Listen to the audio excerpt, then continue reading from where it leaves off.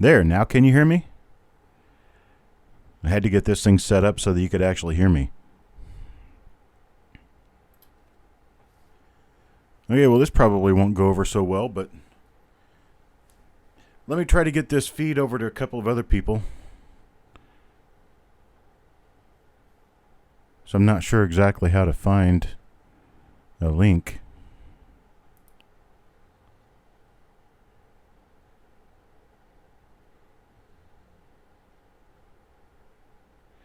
Trying to find a way to link this to other people through messaging. And I don't know what the link address is. Trying to figure that out.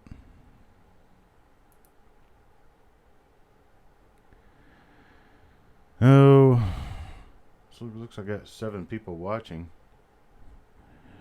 Hey, Dell's Treasure, Donald Harmon. I'm trying to figure out how to get the link for this feed over to a couple of other people so they could come watch. Oh well, I guess I'll figure it out. The news is that I'm using my regular microscope to look at coins right now. I'm not using the Dynoscope. What you will see is actually how I look for coins, look for die varieties and such under my microscope.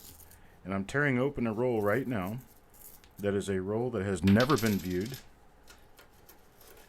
It is a 1960 Denver roll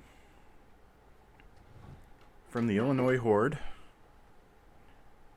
And what you're going to see when I get these all lined up on here is the view I get under my microscope when I'm actually looking at the coins. Now I do them a half a roll at a time. So I'm getting that half roll all laid out and ready to go. Obverse is up because I do the obverse first and then I go through and do the reverse. You'll see what I'm talking about. Okay. Here's a start.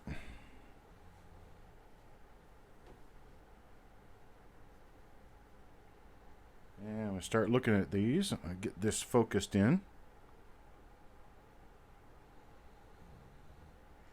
Get the lighting a little bit better.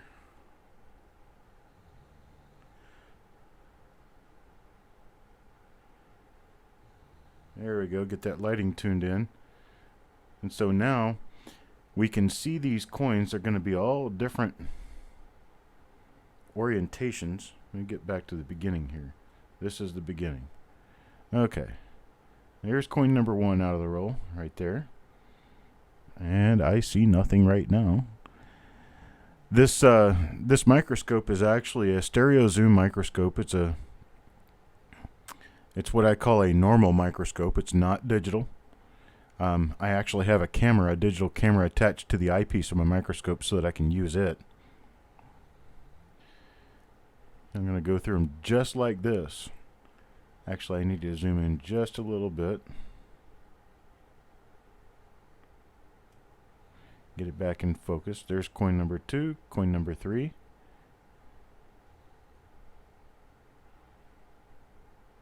I should be able to see most anything I want to see on these coins just by doing this.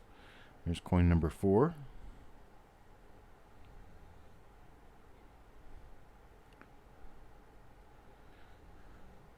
Coin number 5. And so far I'm not really seeing anything. This is what I look for when I'm going through these coins. So for instance, the first thing I'll generally look at on a 1960D is going to be the date in the mint mark area. Now I could take these coins and I can actually turn them around and get different views in the lighting. So I can see different little anomalies and see what I'm doing. Try seeing split serifs or something like that. But then I'll go over and I'll look at the L in Liberty and I'll see if there's anything there. Flip the coin around a little bit. There. Now we can see underneath the L in Liberty to see if there's a bar under there. Then I go up to In God We Trust. Now In God actually has really nice doubling on one die. Really hard to find, but it's out there. And then there of course is the eyelid, looking for a doubled eyelid. And that's pretty much all I look for on the obverse of 1960Ds, and pretty much anything else. Now see this, I have to take a better look at this when I get my eyeball down there, but it kind of looks like I'm trying to use my finger here to cover the lighting. It looks like that thing could be, that little thing coming off the southwest corner of the D. There's some chance that that could be a repunchment mark, but I doubt it. I've seen this die a couple of different times already. So if it is anything, then it's going to be something pretty nice. See that little thing above the IN? That's actually a little fleck of metal that stuck to the coin. It came from another coin. This is not using a digital microscope. This is with a Logitech webcam attached to a regular microscope. I kind of wish that there had been something nice in this roll, so the inaugural attempt at a Coppercoins Roll Dig would have been with a roll that had something in it.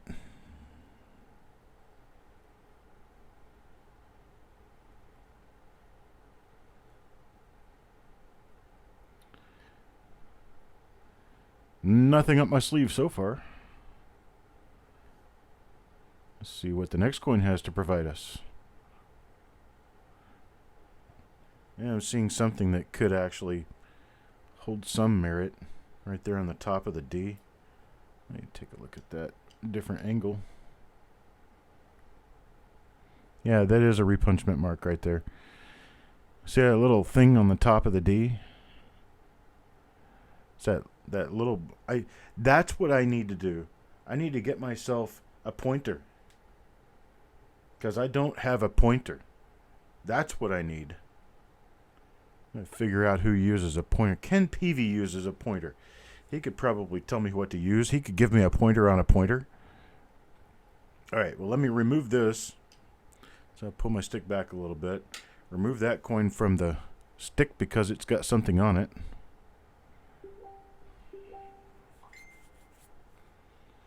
Let's see what I could do with this one. Now, once again, just like with always, you might be wondering, why is he touching these coins with his bare fingers? Well, he's touching these coins with his bare fingers because he washed his hands really well with antibacterial soap right before he started going through them. And I'm going to have to zoom out just a little bit.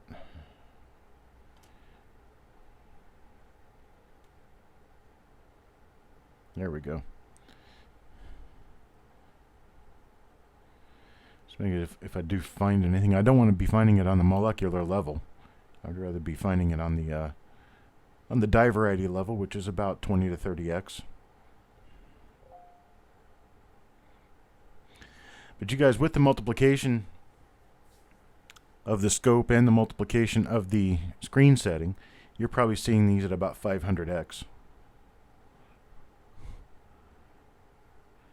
So that's why I tell people when I'm going through rolls, they get the coins after I go through the roll, and they get something that's a little nicer than what they had expected. And the reason for that is because when we're looking through like that scrape right there, it looks huge on this coin under the scope. But if you look at the actual coin, you can't even see it.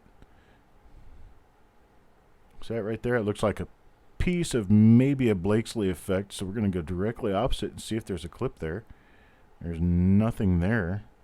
So it may not be Blakesley after all, but it does look a little bit like Blakesley right there. That could be a very small rim clip. It's another one of those with that thing on top of the D. We roll the coin over and take a good look at it. Where'd you go? Hello? Hello? McFly? McFly? No, that's not it. It's not one of them. Was it this one and I moved it? No. Okay. Keep moving right along. This is the next coin in the roll. Nothing there.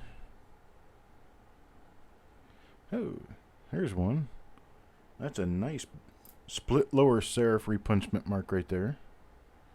That's going to turn out with a listing number somewhere. Let's see if I can zoom in on it real quick. Get a much better look at it. See if I can get my lighting turned around. There you go. Look at that.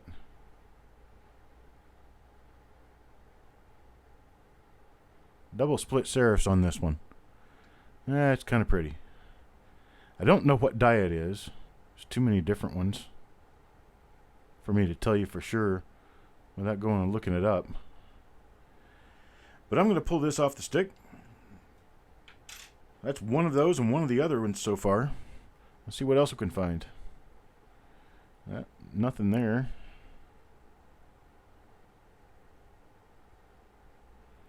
Let's see. That looks like it could be another repunchment mark. Let me flip it around and take a better look at it.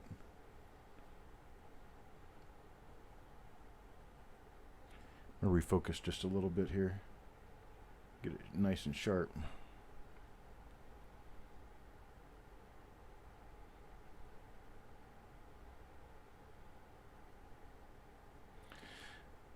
I think I'm seeing a very minor repunchment mark, but I'm not even going to handle that one.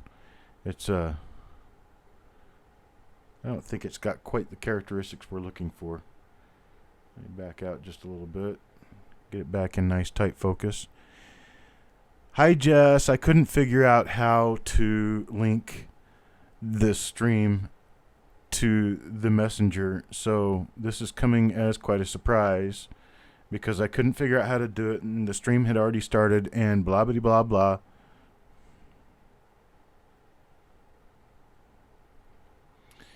You guys see that? It's another one of those.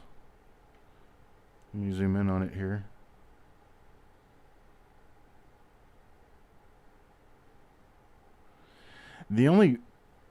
I guess the only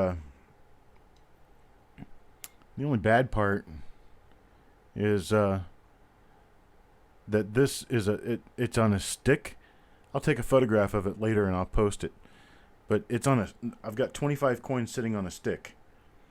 And with the 25 coins sitting on a stick, if I move the stick up and down, you can see it takes it out of focus. And so that's something I have to watch.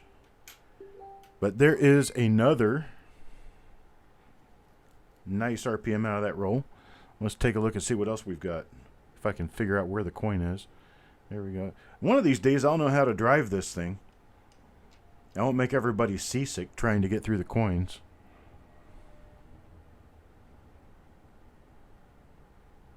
Okay, that one appears to be normal.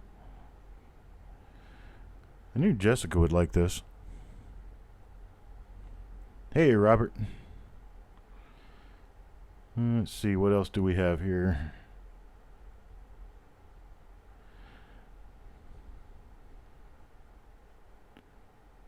That one's got a little booger on it right below the date mint mark there.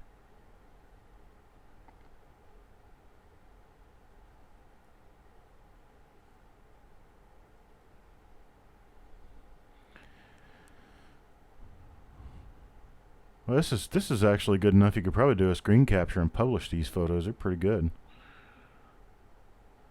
Like the way this is coming out. Of course, you're seeing exactly what I'm seeing. I'm going through this at the same time, looking at it exactly as you would be looking at it. This is the last coin in this half of the roll. Then I'm going to have to pull everything off and load it again. Actually flip it over. Let's see. Okay, so that's nothing. Now, I've got 22 of the 25 coins still on the stick here. Here they are in real fast motion going backwards. Okay, there they are, right there on my stick. Now what I'm going to do is I'm going to pull this out of here, set it down, put my other stick on top, flip them over, pull it up, and what do you know? Reverse time. Let me zoom back in just a little, get my lighting back into it.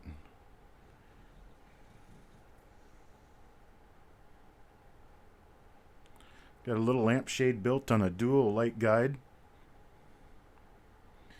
The reason this coin looks so dark is because it's toned. This is the roll end coin.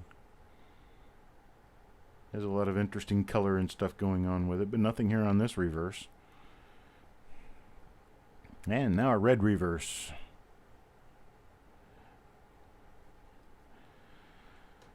Probably shouldn't expect to see anything special on the reverses on these because 1960D is not well known for having double die reverses, but neither was 1982 Small Day Zinc at one point in time. Somebody found a major one and sold it for thousands of dollars. So I do not negate going through anything. I look through everything and I make sure that everything is viewed before I'm done.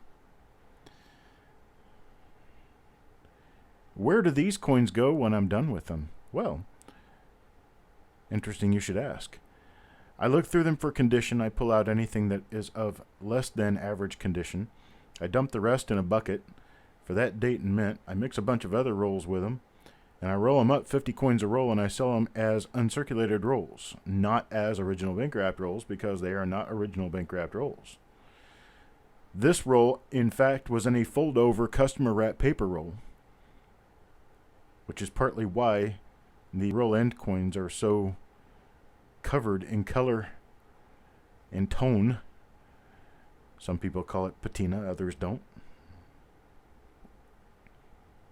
What an interesting looking scratch. And just kind of rolling through these real quick. What I'm looking for is extra thickness towards the rim on any of the letters. I'm looking for doubling toward the rim. Now, do you see right there where the T and the E and the S, they look a little bit doubled? They kind of look like they could be a double die. I'll take you away from that real quick. That's not a double die. What that is just a little bit of strike pressure, overpressure, that causes those letter tops to stand up a little different. And it kind of folds them over just a little bit and makes them look a little bit like there's a double die going on, but there's not. How you can tell? Well, first of all, there's no notching at any corners.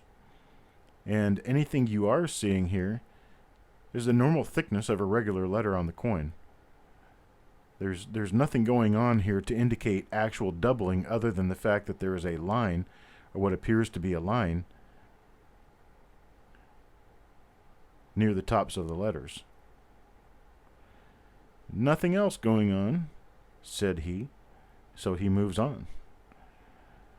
Next coin, next coin, next coin. Let's just keep dragging through these real quick. I think I found a roll that's going to end up having a number of examples of two different repunchment marks. Don't know exactly which ones those are going to be right now. I'm going to have to look through them first. I see something that could actually be a double die here. So we're going to take a nice close look at it. Okay, that could be my lighting showing on the top bevels of the letters. That's kind of what I'm looking for, is to have extra stuff sitting on the tops of the letters. But if you look at the bottom of the N here, you're going to see how the bevel is lit up. That's the bevels on the top half of the N. Let me cover up the light from that side. And that's exactly what's happening. That stuff that looks like doubling is just a play in the light. So it's not actually doubling. What that is that's lamps that I have on in the other part of the room, because I could put my hand way out here. I'm 4 feet away from the microscope here. Yeah, so that's definitely lighting from another part of the room, making the coin appear to have doubling. This is what I tell people when they're looking through coins: always eliminate all but one light source. And that one light source should be under the optics of your microscope. Don't use more than one light source with your microscope. So if you have a ring light or something like that, bad, don't do that. See that little flash right there on the bottom rim of the coin? That's because my drapes are open. That's light coming in from outside. So the bottom of the O, the bottom of the N, and here the bottom of the E, as I turn it, you can see it lights up. Bad. We don't want that, because that looks like doubling, and it will confuse us. Well, some of us. Confuses me every time. Hey, Rose Dragon. Let's see what else I got going on here. It looks as though we've run into a roll of nothing but good educational bits of information. This is about the speed I generally look through rolls, and I'm done. Nothing but wood. So I'm done with this half of the roll. Wish I had my other camera available. I'll have to do that. Make my other camera available so I can sit and talk to you while I'm loading up a stick. Now I push these 22 coins off. Stack them up. You can't see this going on, but it is. And then I've got the other 25 coins sitting here ready to put onto the stick, all face up, ready to go. Takes me, 10 seconds to get this part done. And then I'll start going through those coins and we'll see what we've got. There we go, second 25 coins ready to go. And the roll ender coin is a nice obverse toner. I like it. Because we had one roll ender coin that was on the right side of the roll, and this one's going to be on the left side of the roll. Got nothing there. Nothing there.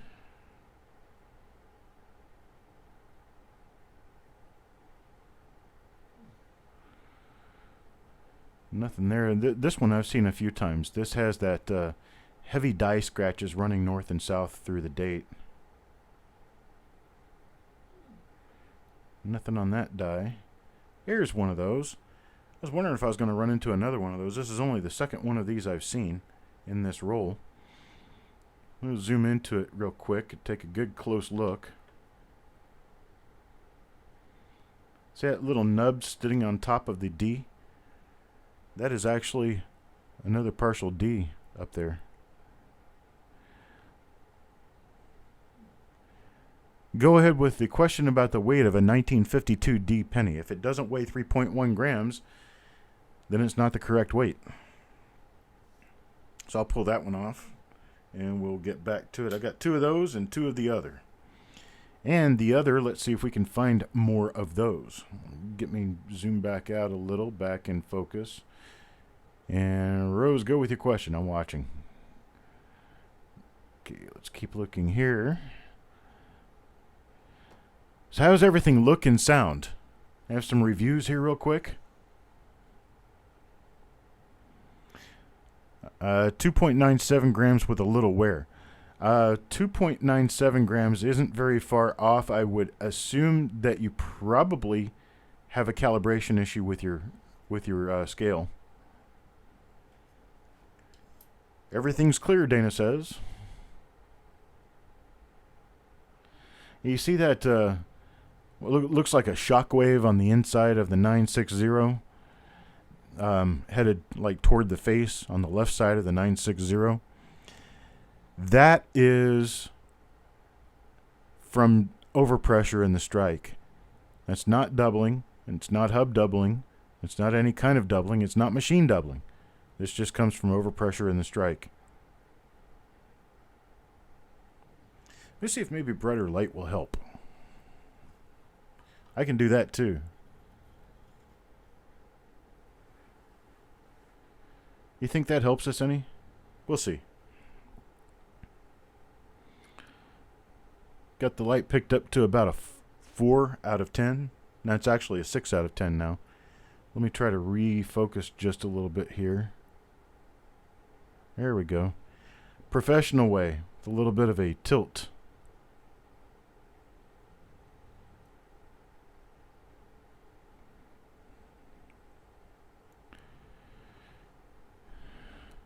The other thing is it could be just a slightly rolled thin planchet. I've seen those. At 2.9 grams, you're not too far off. But it's enough that it should sound different if you let it settle on a table next to another coin from basically the same issue. See, there's some more of that strike overpressure stuff going on right there.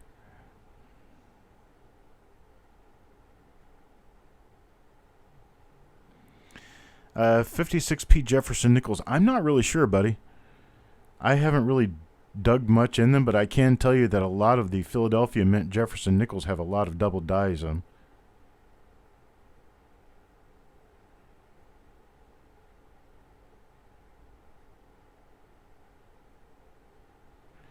Now, the reason these coins keep coming in and going out of focus is because I'm actually holding the stick at a tilt to the scope. It's at about a 5-10 degree tilt to aim the coins toward the light. There's one of those with the little nub on the top of the D. Okay, so now it's flat. That's what they look like, flat. But when I pick it up just a little bit, you get that lighting. And that lighting looks really nice. So I'm going to pull this one out. Stick it on the stack with the other ones with the nub. Jessica, if you want to, you can go ahead and try to attribute that. See if you can tell me a die number. That's a nothing. Yeah, it looks like another nothing. Let me flip this one around. It looked like it could have had something on it. No, nothing. Nothing.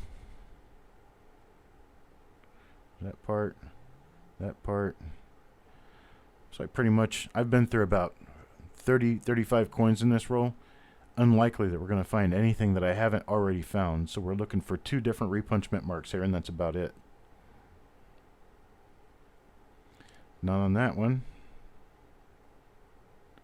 Not on that one. It's not on that one either. Once in a while, I've got to stop at the motto and just take a look for that double die, because there is a really nice double die known for 1960 D large date Lincoln cents.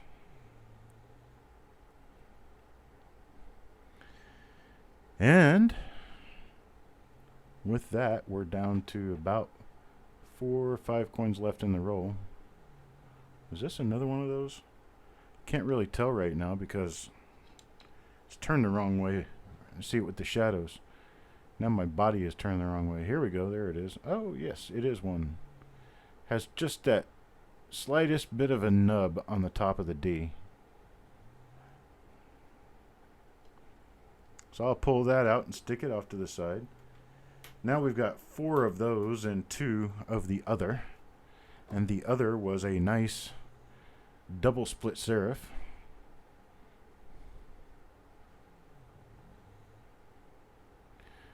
Nothing there. We got 2 coins left, folks. 3 coins actually. This is 1.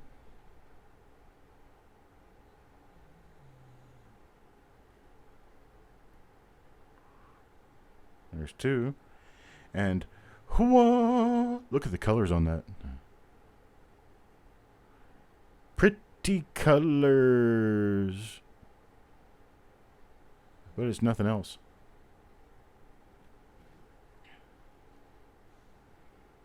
You missed it all? That's okay. Now, we're done with that, but I want to do something real quick. I want to show you what some of the goodies look like. Because there's nothing left in that roll. So I'll put the 2 RPMs that I did find, the 2 different RPMs that I did find, back on the stick, and we'll take a look at them real quick. We've got 2 of one and 3 of the other. We'll look at them with different tilts. Okay, so Miss Jessica, this is one of them. You can see double split serifs, top and bottom. Let me rearrange my lighting just a little bit and rearrange my focus. I'll do this kind of like a camera shot here. And see if I can bring it around. There we go. See, there's the lower serif. You can see where the upper serif is. You're welcome, Benjamin. Thank you for letting me know. And here's another one of those. This is the same die, I believe. I believe. There we go. Nice double split serif, lower and upper. Let's take a look for that marker again. Let's see, what marker can we pull. So north and south die scratches coming off the one of the date there. So let's look at this other one and see if we've got the same die scratches, and we do.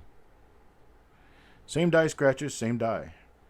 Usually I'll tilt the coins in the exact same direction. That way if I find a marker on one, I can just slide straight over to the other coin. Alright, let me readjust my focus here so we can get some good lighting on this. Find me one more good marker to use. if I may. Alright, see that little die scratch next to the D of God? Just to the left of the D. Now we're going to slide over to the other coin. And... okay, I'm not seeing it there. Maybe it is there. Let's find one on here. Ah, look at that. Nice little fan of die scratches coming straight off the top of the head into the Wii. I'll come back across here. Wow, there they are. So this is the same die.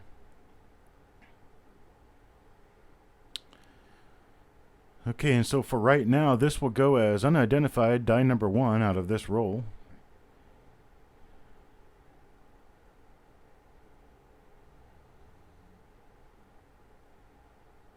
There's another look at it. Let me back the light back down a little bit. I think it's getting too fresh with the coin. It's cooking it too much. There we go. Maybe a little better look like this.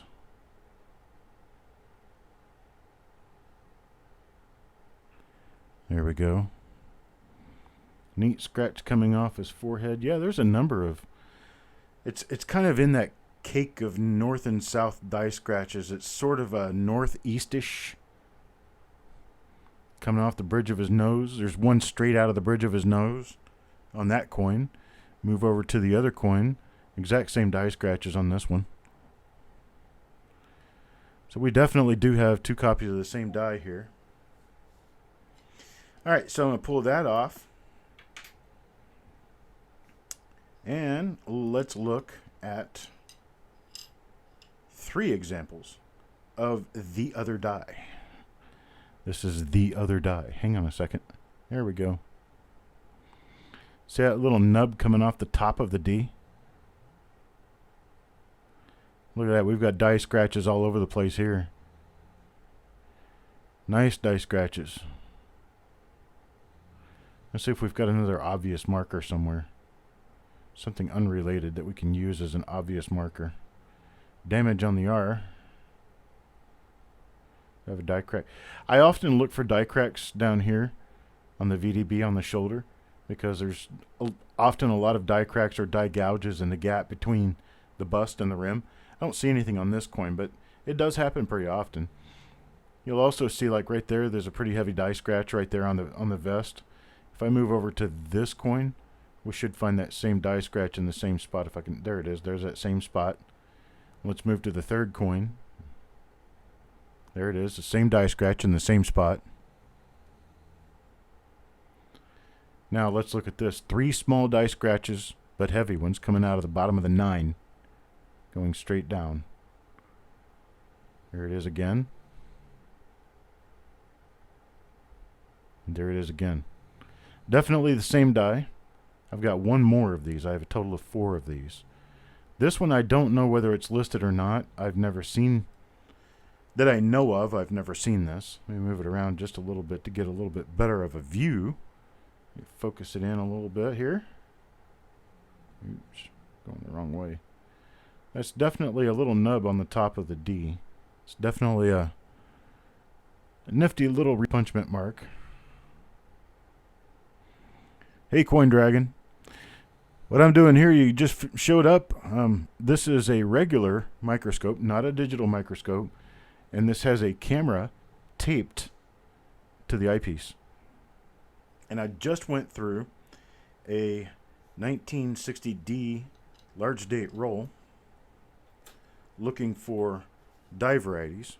And I tell you what I'm going to do. I'm going to get up here just a moment. And I'm going to go grab some pretties. And we're going to look at some pretties real quick. I mentioned a 1960D double die obverse. We'll take a look at one of those. But in the meantime, have a pretty look at this. And I shall return in just a moment.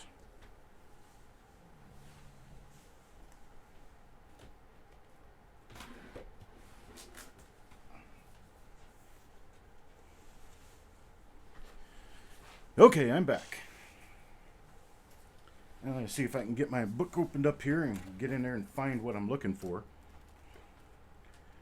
Got a lot of stuff going on with the 1960D issues. to the extent that I'm not even sure where the double dies are right now. Let's see.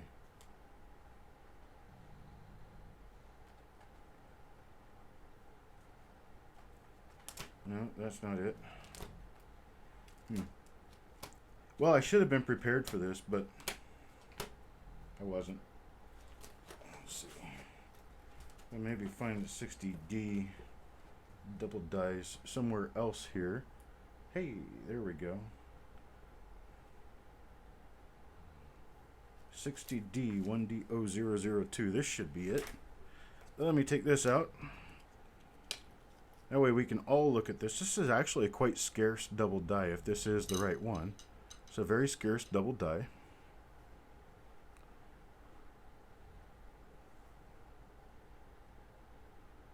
Yeah, there it is.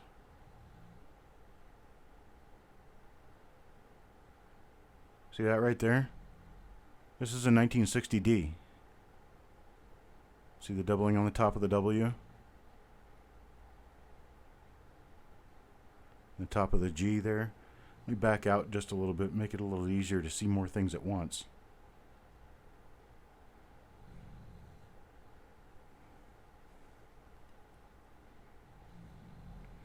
The L in Liberty shows some pretty decent doubling on the bottom.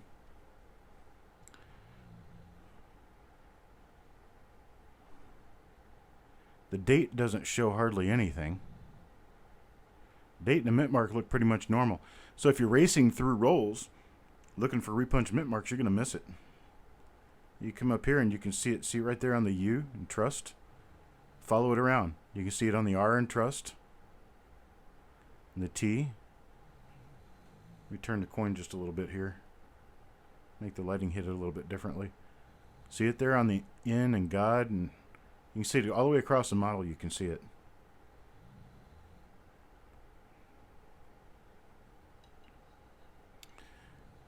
Hit the light just a little bit different again. See if we can get a better look at it. Let me focus it up a little bit. There you go. There you go. Take a look at that.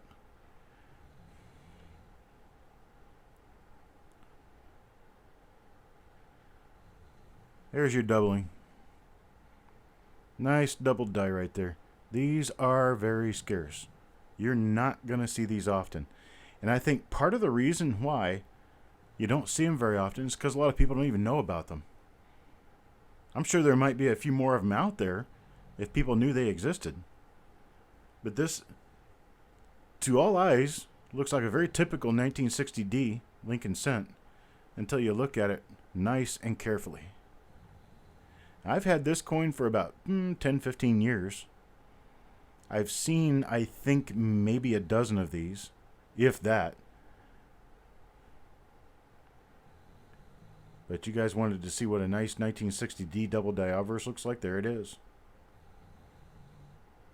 You get down to the date, and once again, the date has basically nothing on it. That's eject doubling there. No repunchment mark. Nothing really worth looking at on it. Anywhere except the L in Liberty. And then as you get to In God We Trust.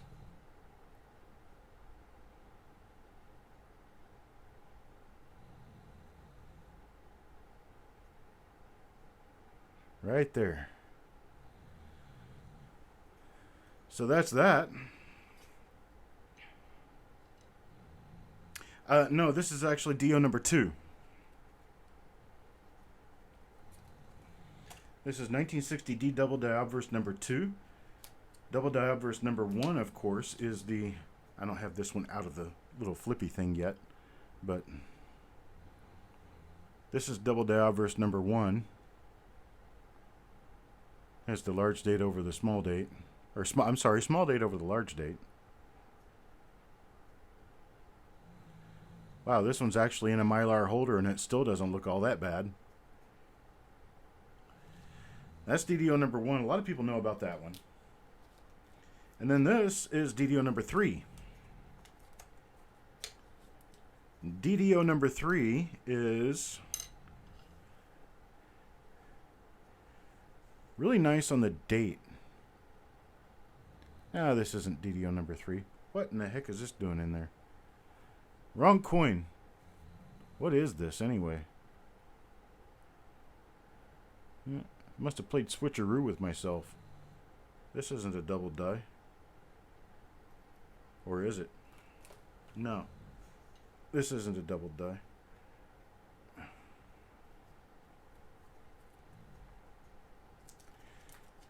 Here, let me get a real number 3 out. I don't know what that's doing. I have to study that and figure out what's going on with it.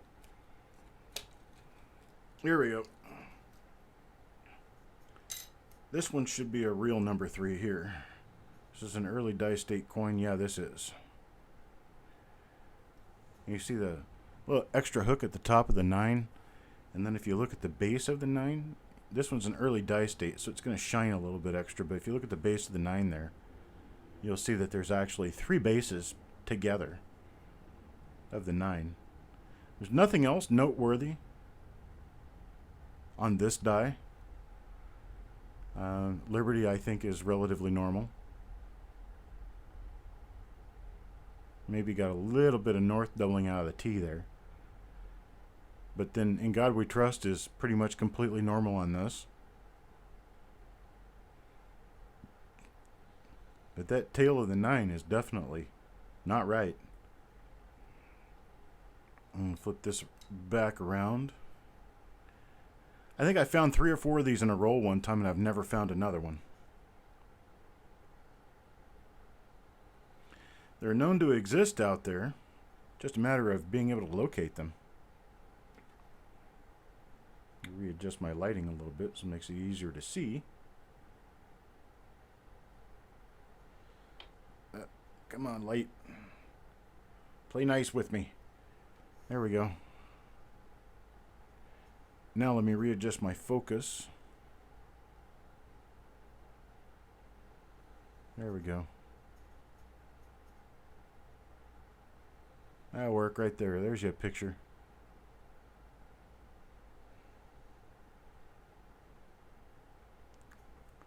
Going through customer rolls, watching this, and found a 2000p wide AM. Well, hand it to me. I'll stick it under the scope for you. You want to see Liberty again. Here's Liberty right side up. And get it refocused here.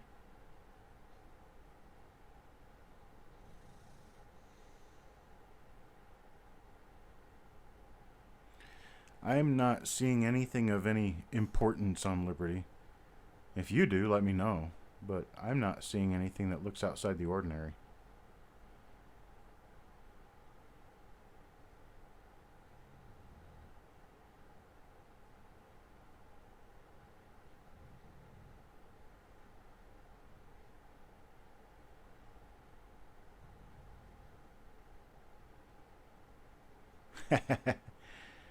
Makes you go through your old stuff again, huh?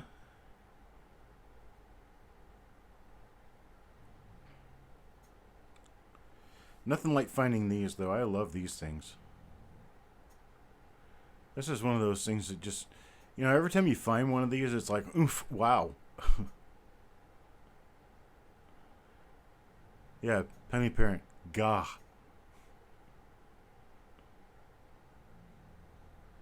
I like that. That's RPM number 1, folks. Had a chance to buy one of these at the last auction. I think I sold 3 of them. Okay, folks. Well, I'm done for now. I've got to get myself ready for the OBW roll reveal of a 1960D roll that's coming up in about 45 minutes. I got to get my stream set up and everything for that. I wish I knew how to copy a link to a stream. If somebody can teach me that, I would appreciate it. There's my 1960D double dies.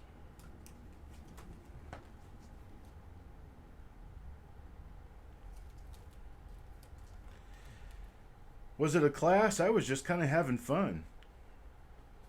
Here's another one. I wonder what this looks like under here. Let's see, get it focused. There we go. Well, that's kind of cute.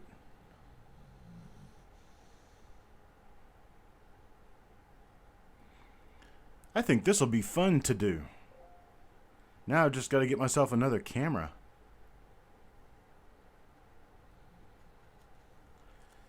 Let's see. What else do we have in this book that would be fun to look at? There's this book is, I don't know, 50 pages, 20 coins a page, and they're all different. Here's another one. Who knows what this is? Yeah. There we go. Get that focused. Who knows what that is? Anyone? Anyone? Hey! You cheated! That's 1960D RPM number 4. See right up here. Oh, where is it? There it is, number 4.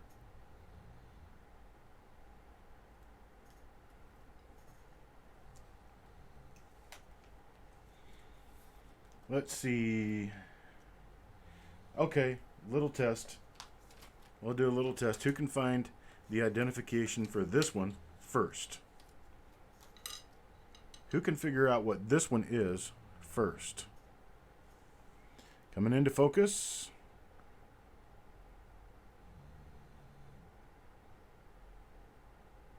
And there it is. Like trying to scan over a billboard with binoculars. Yeah, when you're standing 3 inches away from it.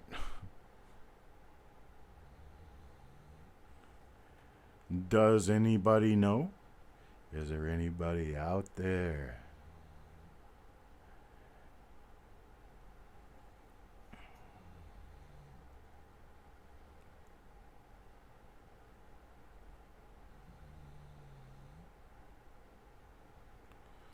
I flip this around just a little bit to give you a little bit different lighting perspective. You can see that there's a hook coming out of the top of the D. Turn it around a little bit and give you another little look at it. Anybody know? Oh no, Tyler missed a bus. Make him walk home. That's what we did when I was a kid. Of course, I went to school about 15 miles away from where I lived. So if I missed a bus, I missed dinner too.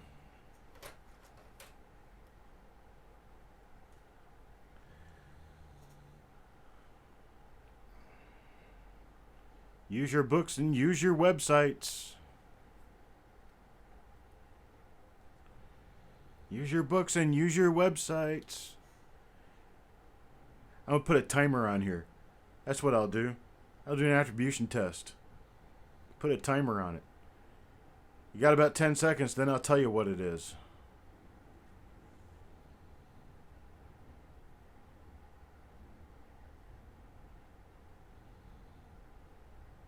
Benjamin got it. It is number 10.